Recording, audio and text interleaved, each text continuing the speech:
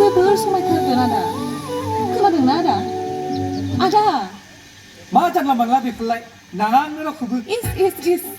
आरो खोनासंलाय आदा जोंनि कलेजावल' नङा गासै सेंग्राफोरानो फाग्लाजोबखालै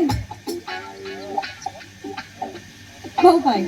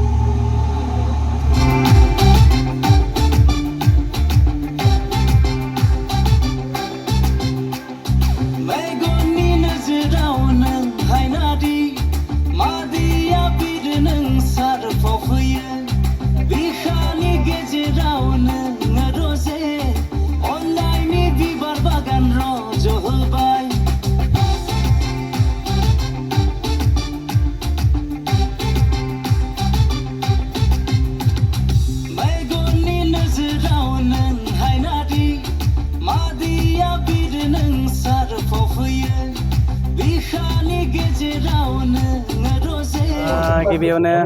बयनिसिमबो आं गोजोन हामलायनायखौ जासिहरग्रोबाय खुसियाथ' लाफायै खुसि होनना बुंनांसिगोन जेराव आंनियाव थोजासे रोंगौथि गैयाब्लाबो आं गिबि खेबनि थाखाय आं गावनो लिरनाय आरो गावनो डाइरेक्सन होदों फार्स्ट टाइम गिबि खेब स' बे सावथुनाव रायजो राजा नुनो मोनगोन जेराव एक्सनजों लोगोसे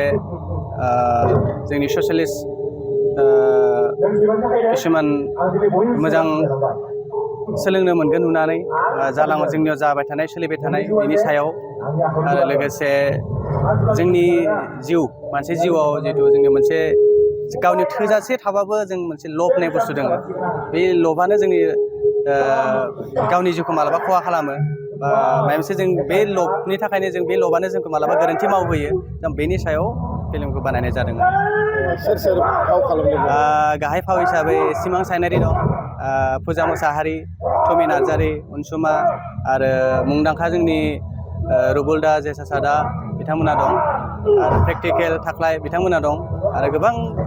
गोदानै ओंखारबोनाय फावखुंगुर बिथांमोना बेवहाय फाव खालामदों आरो माबायदि सेटिसफाइ बे फिल्मखौ खालामो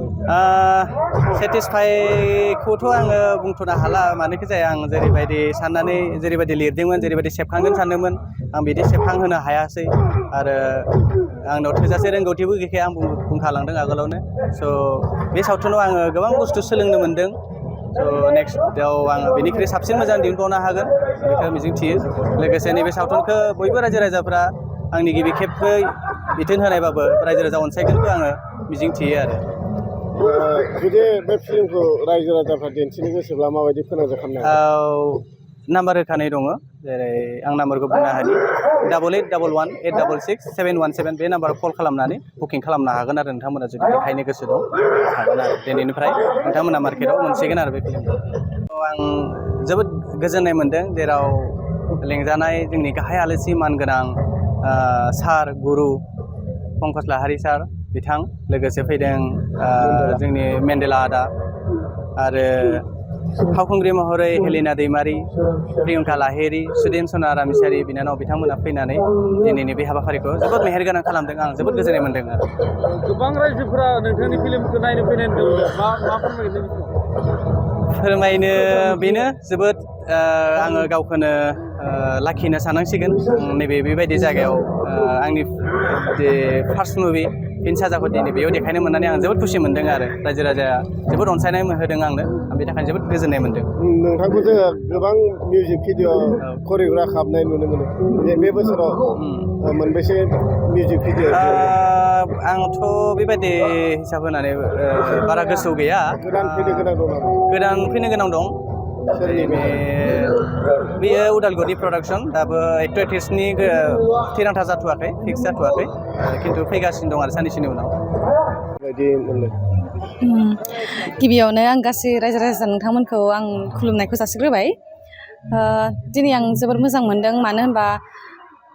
गोबावनि उनाव फार्स्टआनो होनजाबाय सिगांहाय खालामखाबायमोन फिल्मखौ ओमफ्राय एबार आरो आं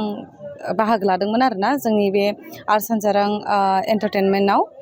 प्रडाक्सनाव आरो आर्ट सानजारां एन्टारटेनमेन्ट प्रडाक्सनाव